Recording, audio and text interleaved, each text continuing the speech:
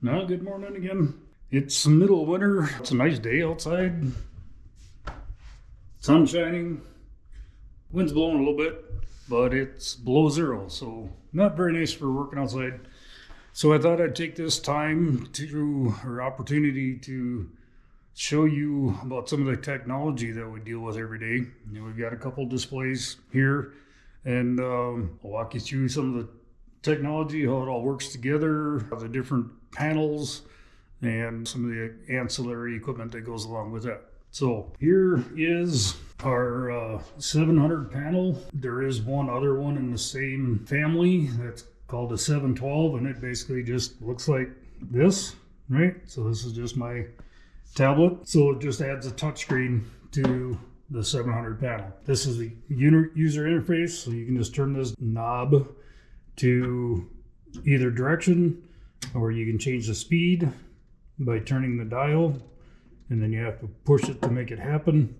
You can turn the water on or accessory on, and then here there's some different menu options that allow you to do a service mode. It tells you what state it's currently in, hour meter, auto stop, barriers, and that's about it, unless you can dig in there further with different modes. So pretty simple layout. There is a manual alignment override, so if you are in a fault, push and hold that, and while you push and or pick a direction, and that will override the safety circuit. It allows you to get it back in alignment. Pretty intuitive. You're not searching through different menus and trying to figure out how to run it and stuff. There's a lot more that can be done on FieldNet, but this is at the panel operation is pretty simple.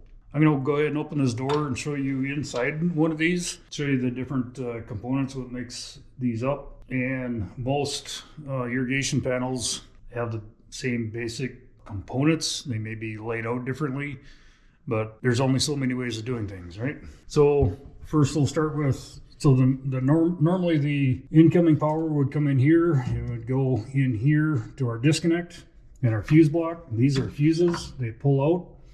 If this was actually running through three-phase, there would be a fuse in here, and each leg has its own fuse. These need to be a quick trip fuse in the over voltage. So they're type CC fuse, and these go in there. These are surge protectors. That's what it is, surge protectors. So there's one for each leg, plus one for just the 120. This is a 120 volt to 12 volt DC power supply. This is the 480 to 120 volt transformer. So if you don't know, the irrigation motors run on three-phase. The control circuit, like for the safety and for the direction wires, the end gun control, they'll run off of 120 volts. And then the computer, of course, runs off of 12 volts DC. So that's why we have different transformers, different voltages. So here's your forward and reverse direction contactors, and they're hooked together, so only one can get pulled in at a time. If you have both of them were to somehow go in together, then you would have a real bad problem out on the system. These are fuses for the transformer. These are fuses for the 120 and the 24 volt control circuit for the pump. So Zematic uses a 24 volt system on their pump controls for various reasons. And then this is the computer backboard. These are all relays. These are relays. So when it comes from the user interface to the computer board, it tells which relay to engage at different times. And then they go out on our span cable out to the tower boxes. Like we have a tower box right here. Basic components of the tower box would be our cam, our alignment cam. So this would be hooked up to the alignment arm, and as the spans move, it moves back and forth. This is the safety micro switch. This is our direction micro switch. So as it moves, it'll turn this on and off. And if it goes too far, then it'll trip the safety micro switch, and the whole thing shuts down. And this is just a tower box disconnect, so you can turn the tower box off, or the whole system will shut down if it's running.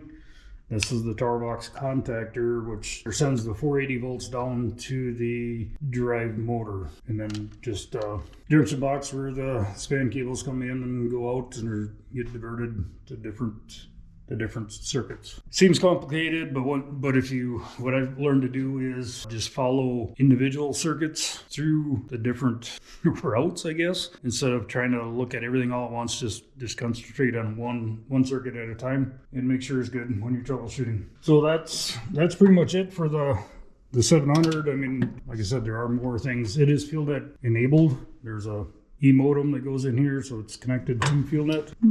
I don't have one in here, but. And then to go along with it, there's a GPS globe.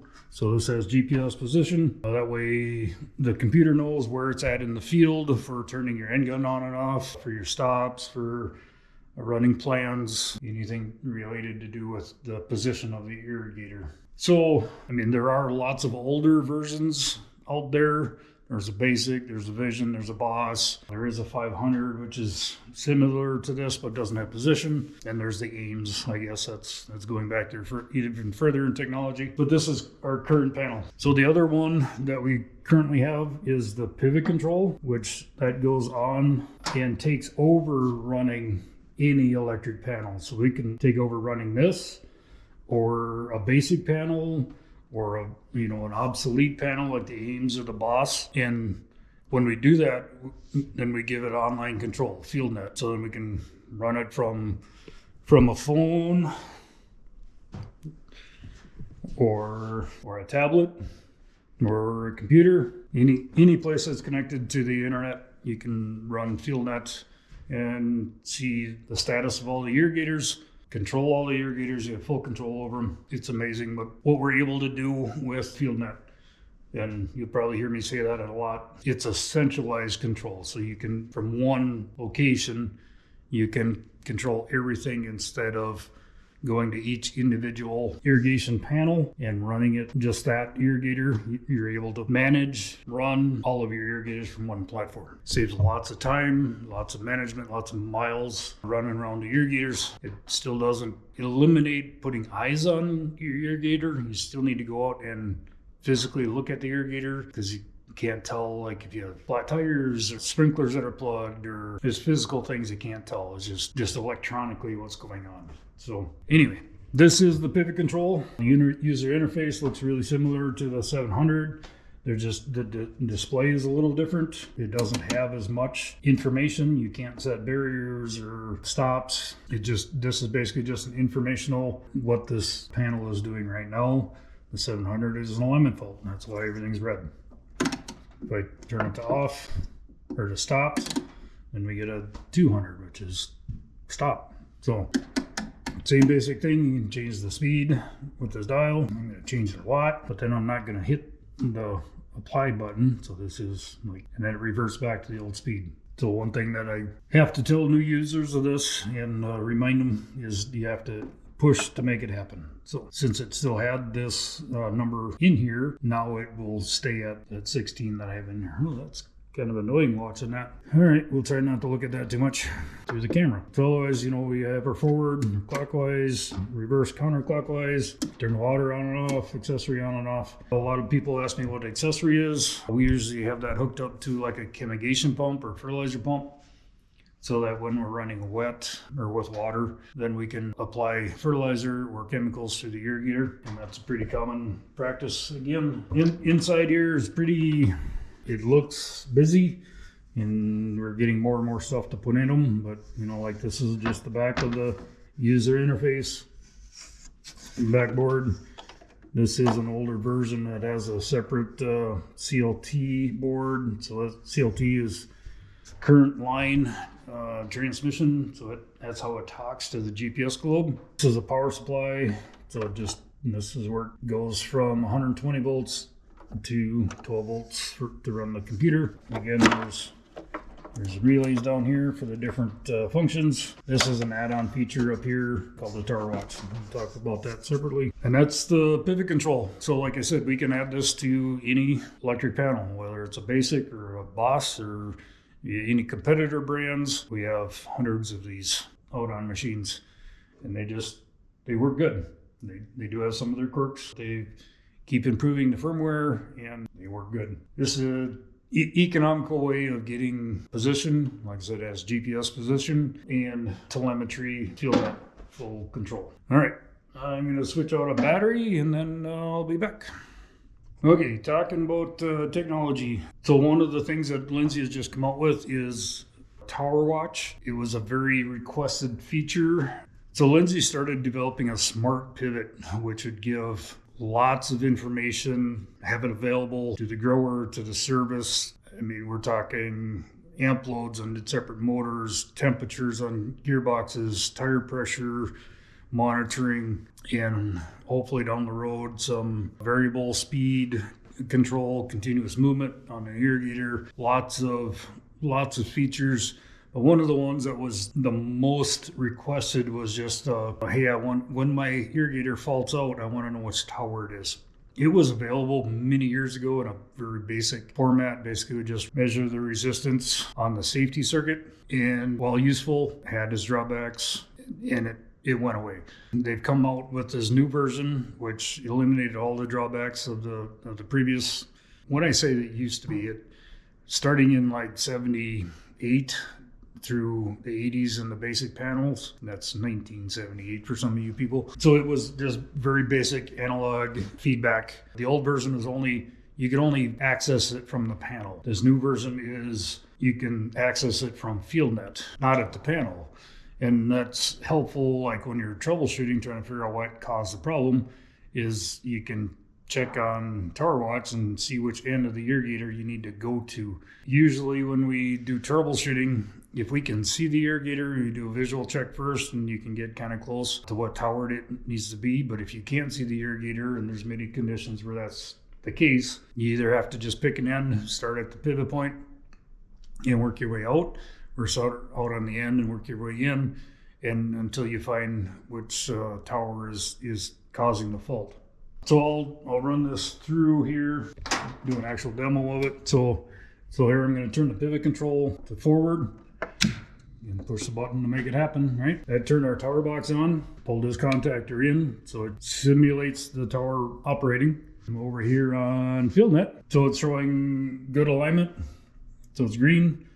And we get these, this is just simulating tower lengths, these dots with the check marks. So everything's good right now. It's good green check marks. And also down here, it shows pivot health, alignment good. So then I'm going to come over to the tower box and I'm going to simulate like this tower stops and the rest of them keep going. And so then the cam, so this one stops.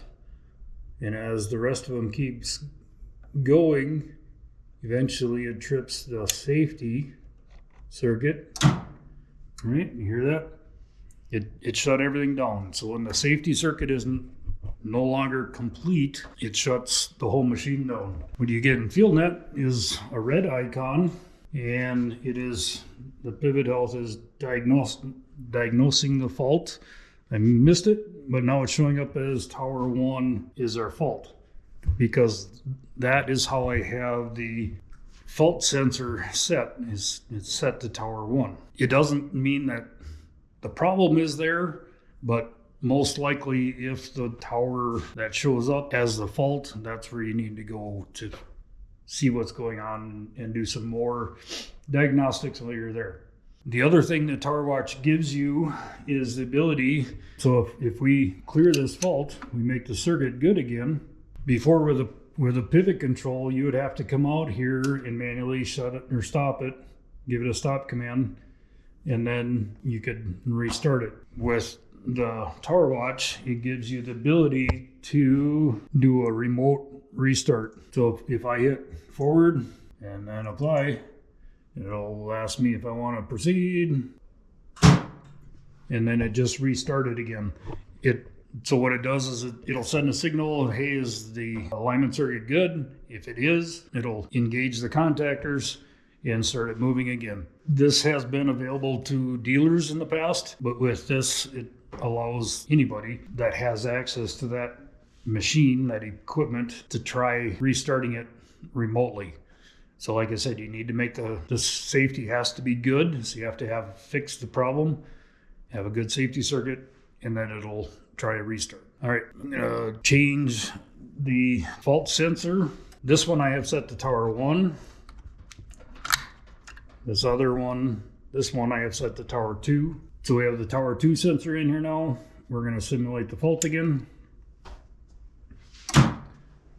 There's the fault, shut everything down. We have the red icon, so alignment fault.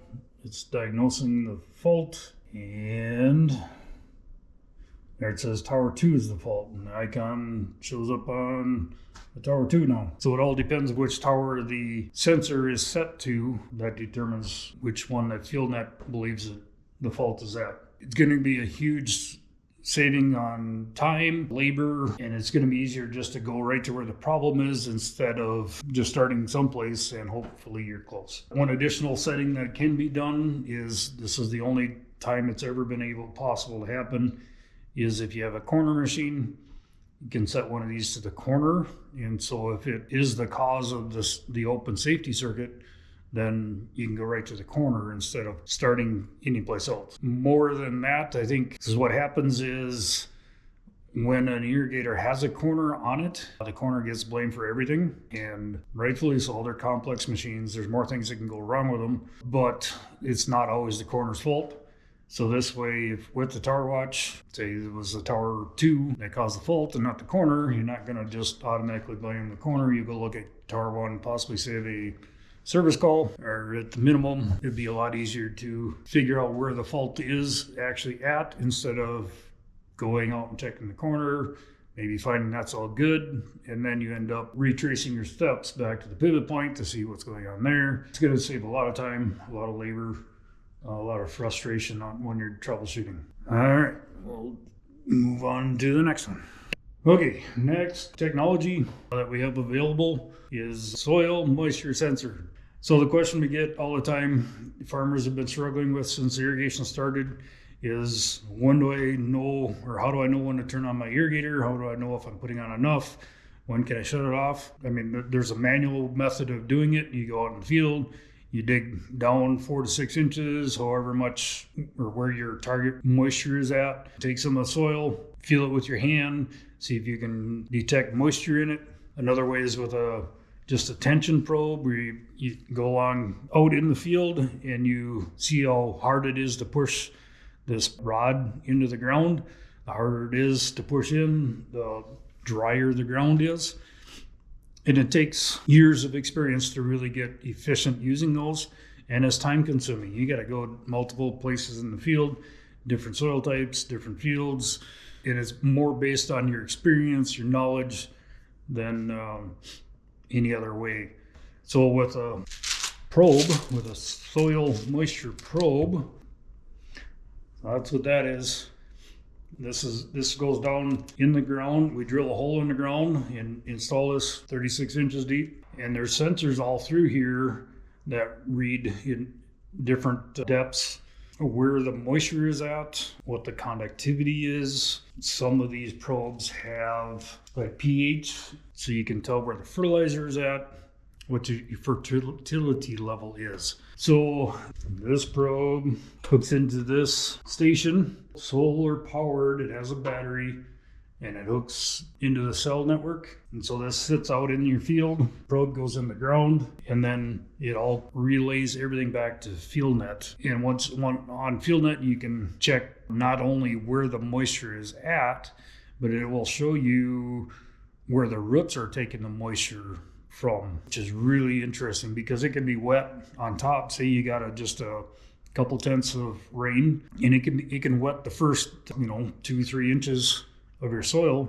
But if your corn roots are down at 18 inches and it's dry down there, your soil can still be lacking in the moisture it needs for the crop at the growth stage of the crop. So this will show you exactly where in the soil profile the roots are taking the moisture from and where your soil moisture is at. I need more experience with these. These are fairly new on our market that we're able to sell them. I mean, there's been lots of soil probes around. It's just they haven't been able to tie into FieldNet.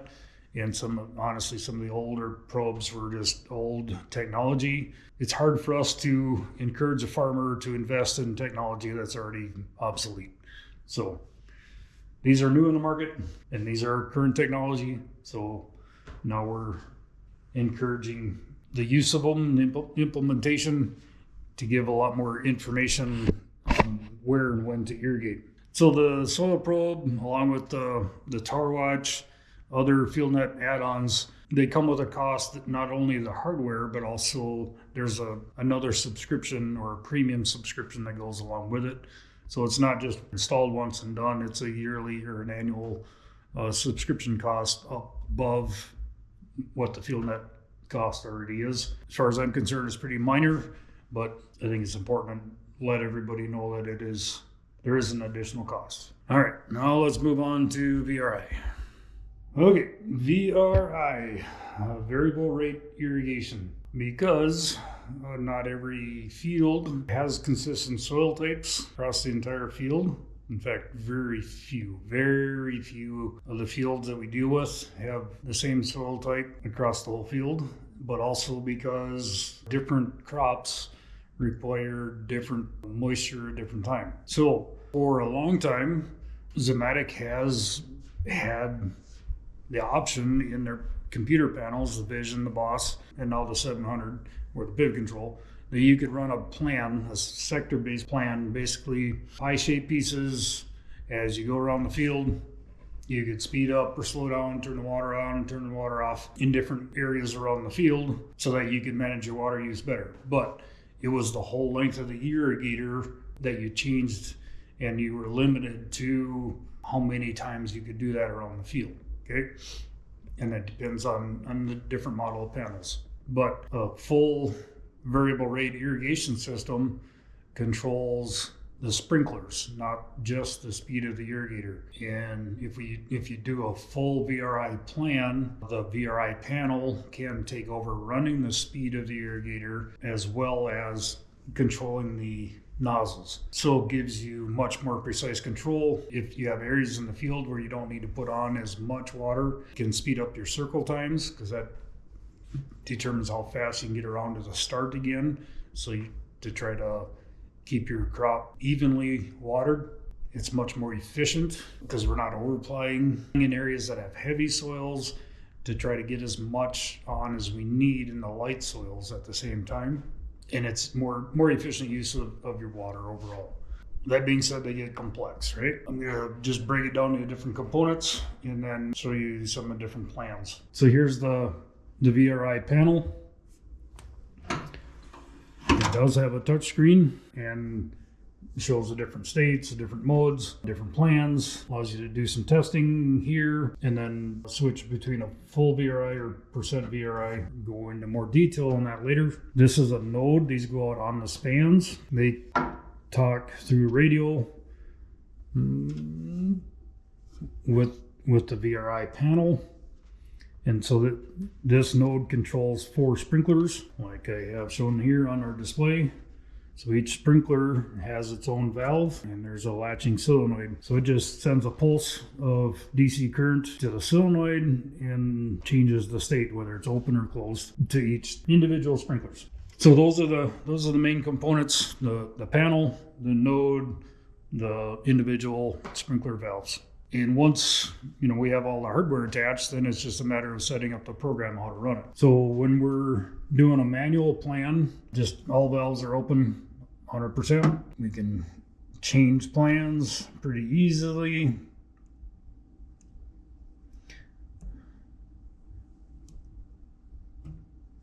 And then this is showing the different polygons and the different application amounts. So as you can see, the way this field lays, we have different soil types. These 2 soil types are the same. All this green area is the same. This light blue is different. And then here we actually have a wetland, a slough that the irrigator goes through. And we want to avoid putting any water there. It's already wet. We don't need to create more wetland. So it's an avoid area. That's why it's red. We don't want any water put down there. And we're changing the rate amounts from 0.19 of an inch to 0.75, so 3/4 of an inch. And these are really light sandy zones, and this is heavy ground, which doesn't need as much until unless we get later in the season. If we haven't been getting rains, then the whole area will need pretty close to the right amount, so we can change plans, still keep that avoid area in there in the slough. We can just change it to more of a flat rate plan.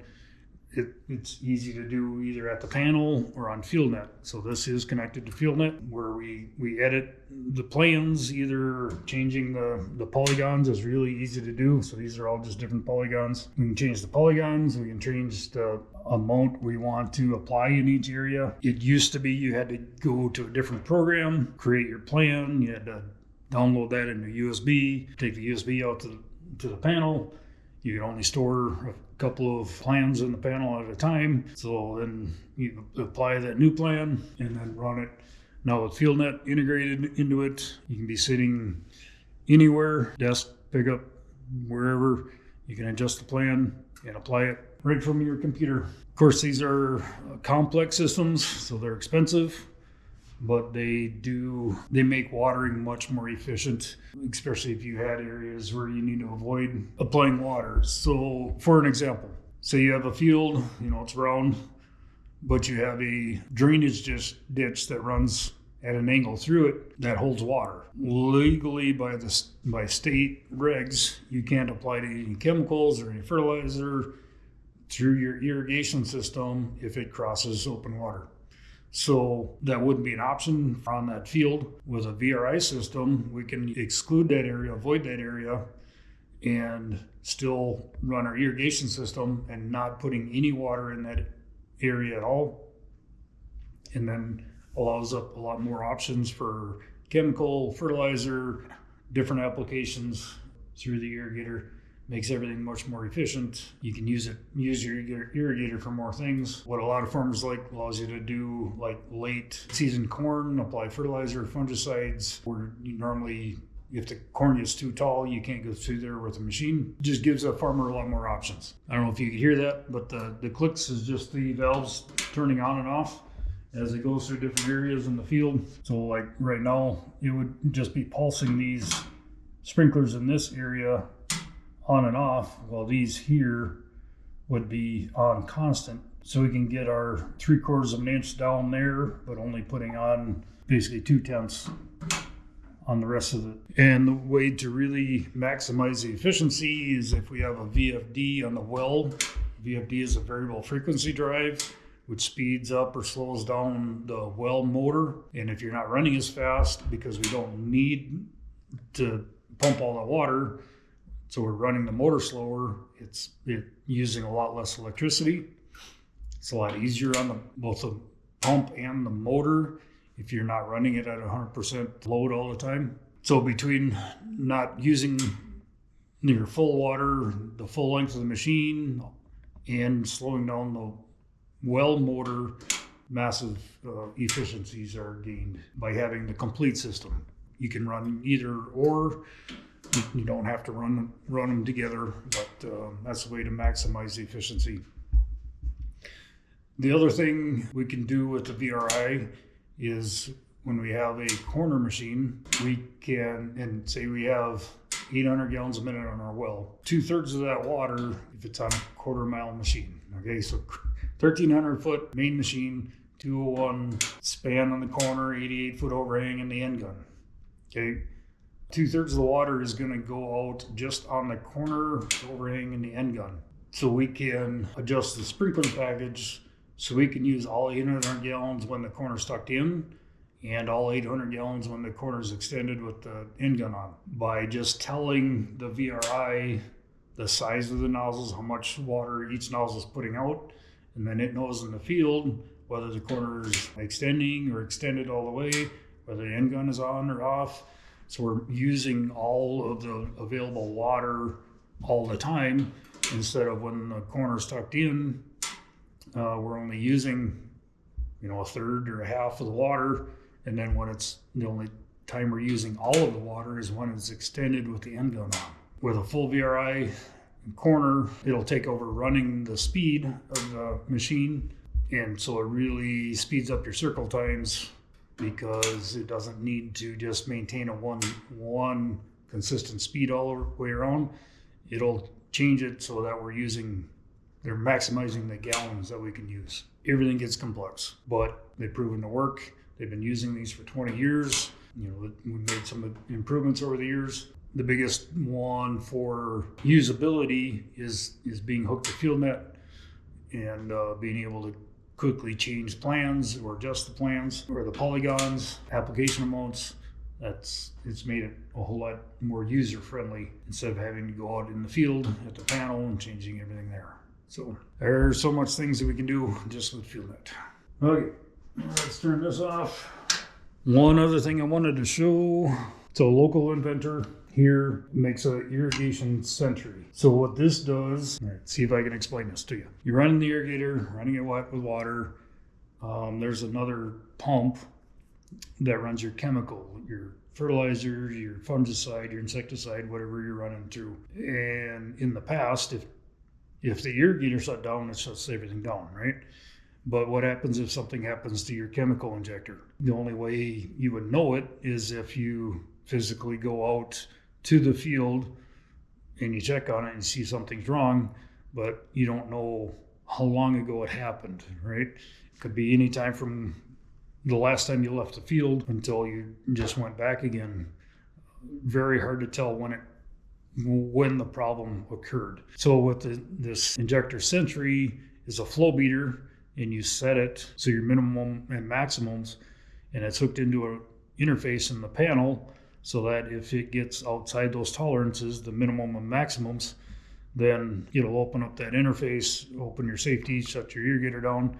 If you have FieldNet on it, it'll tell you that you have an alignment fault, and then you know to go and check to see what's going on, right? So two things that typically happen when you're doing fertilizer injection mainly, but all injections is either two extremes. One, you'll blow a hose, so all of your fertilizer is just getting dumped in one spot, or it'll plug a filter, and then you're not getting any fertilizer or chemical flow. I'm not saying it happens all the time, but it does happen.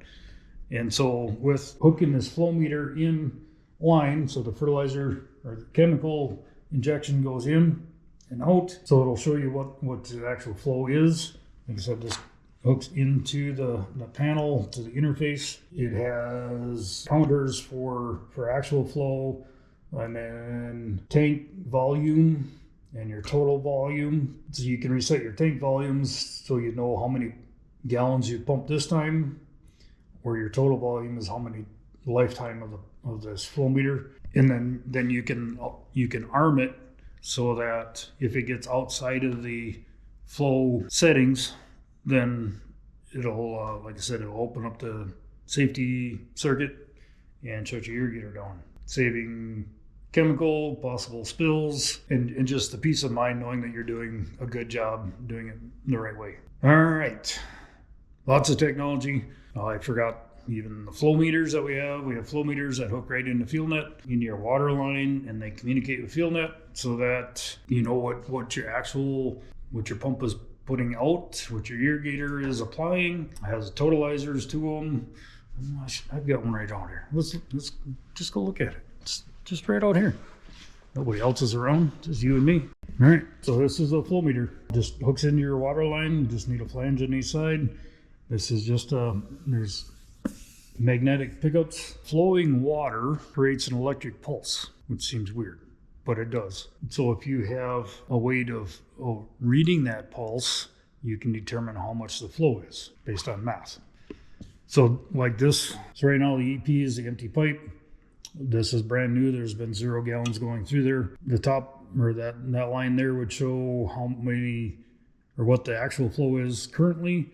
And then there's a totalizer. Yeah, it did show up here what the total gallons were. Or it can be, so this one right now is set to gallons per minute. It can be set to acre inches or acre feet of water. Different water districts or different DNR offices require reporting differently. Just depends where you are at in the country. So flow meter, the data cable hooks in back here, hooks into your panel. Then you can read it live on FieldNet, or have all of your totals available to you at any time for all your reporting, because that's one of the things that the government requires of farmers is how much water we use. Okay, I think that's it. Thanks for watching.